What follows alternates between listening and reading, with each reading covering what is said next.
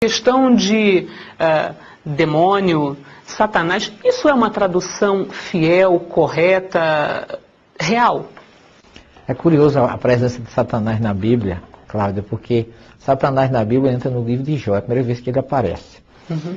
O que a gente chega, e aparece como um promotor celestial que entra no céu e ainda desafia Deus a punir Jó. É de uma forma assim bem curiosa. Mas quando você vai analisar, desde o Gênesis até o livro de Jó, a figura de Satanás não aparece, porque não era conhecida. O que demonstra que se o escritor do Gênesis conhecesse Satanás, ele teria dito que foi ele que enganou Adão e não a serpente. Porque até então, a serpente, o mais astuto dos animais, é que era a figura opositora, vamos dizer assim, da misericórdia divina, da mensagem ou da criação divina. Mas não, parece uma serpente. Se você vai agora, deixe a Bíblia e busca a história. Você vai ver que, por exemplo, depois que Nabucodonosor destruiu o primeiro templo, promoveu aquilo que chama galuta ou diáspora, levou os judeus para a Babilônia, onde eles ficaram 50 anos. Depois que ele é destruído ou derrotado por Ciro, rei persa, Ciro faz com que os judeus retornem a Jerusalém, construam o segundo templo, devolve os seus tesouros roubados. Ciro passou a ser uma figura de muito carinho e respeito pelos judeus, pela bondade, pelo que ele promoveu para o povo judeu. Mas ele trouxe uma coisa com ele, que foi o zoroastrismo. O zoroastrismo é a religião da dualidade. Tem o Deus do bem e o Deus do mal. E foi do Deus do mal, persa, que veio a figura de Ahriman, que entrou no judaísmo com o nome de Satã. Mas Satã não é uma figura, como a gente coloca, com formato antropomórfico, com aquele chifre, aquelas coisas, tudo é criação humana. A palavra Satã em hebraico significa opositor. Qualquer pessoa que se opõe a uma ideia é um Satã. Basta que você leia o Evangelho de Mateus, quando Jesus está em Cesareia de Filipe, que ele diz assim: o Filho do Homem precisa ir a Jerusalém para ser condenado pelos homens, crucificado. E Pedro, tomando a palavra, disse: Senhor, não vamos permitir isso. E Jesus disse para ele: afasta-te de mim, Satanás. Jesus não chamou Pedro de Satanás, mas diz para Pedro que ele estava tendo uma ideia opositora ou oposta àquilo que iria acontecer. Ou seja, a figura de Satã dentro dos persas é como uma figura como o Lex Saci no Brasil, uma figura folclórica, e que foi criada para assumir o erro do homem. Por exemplo, quando a gente faz algo bom, quando você faz um programa bem apresentado, todo mundo elogia, e você sabe que foi você.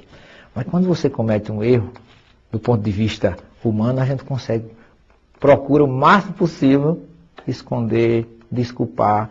E os persas criaram o Satã para ser, o Ahriman, que era o deus do mal, para substituir o erro do homem. Quando o homem acerta é ele, quando erra foi Satanás. E isso continua muito hoje ainda, que as pessoas dizem que tudo que fizer de errado foi porque Satanás tentou. Como se a gente não tivesse cabeça, fosse marionete na mão de uma força negativa.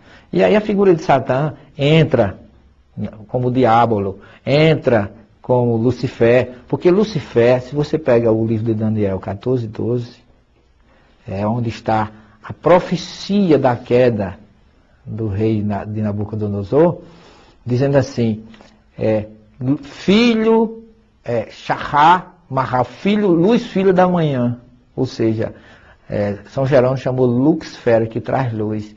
Estrela da manhã, como diz o grego, é Ósforos. Ou seja, tudo simboliza que seria uma luz que caiu do alto para baixo. E as pessoas criaram, a igreja criou, que a figura de Satã era um anjo de luz que rebelou-se contra Deus e caiu baseado nessa passagem do livro de Daniel, que não tem absolutamente nada a ver com aquilo que as pessoas criam de uma figura criada por Deus, eternamente voltada para o mal, opositora de todas as nossas atitudes, e ainda de um ponto de vista curioso. Satã pega os filhos de Deus, bota num lugar eterno, ficam lá presos, ninguém pode sair, mas ele fica livre, indo e voltando, sem nenhum problema.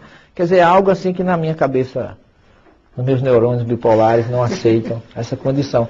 E você continuando, você vai ver que tudo acaba sendo o folclore, as traduções e a assimilação. Se você pegar curiosamente a própria Bíblia hebraica, o livro de Samuel, o livro das Crônicas, o livro de Samuel foi escrito antes de se conhecer Satanás. Então está escrito lá no capítulo 24 que Deus, Yahvé, instruiu Davi a fazer o censo de Israel. Isso está no livro de Samuel. Quando você chega no livro das Crônicas, que já foi escrito depois, diz que não foi Deus, foi Satã quem instruiu Davi a fazer o censo de Israel. Aquilo que era Deus em Samuel virou Satã no livro das Crônicas.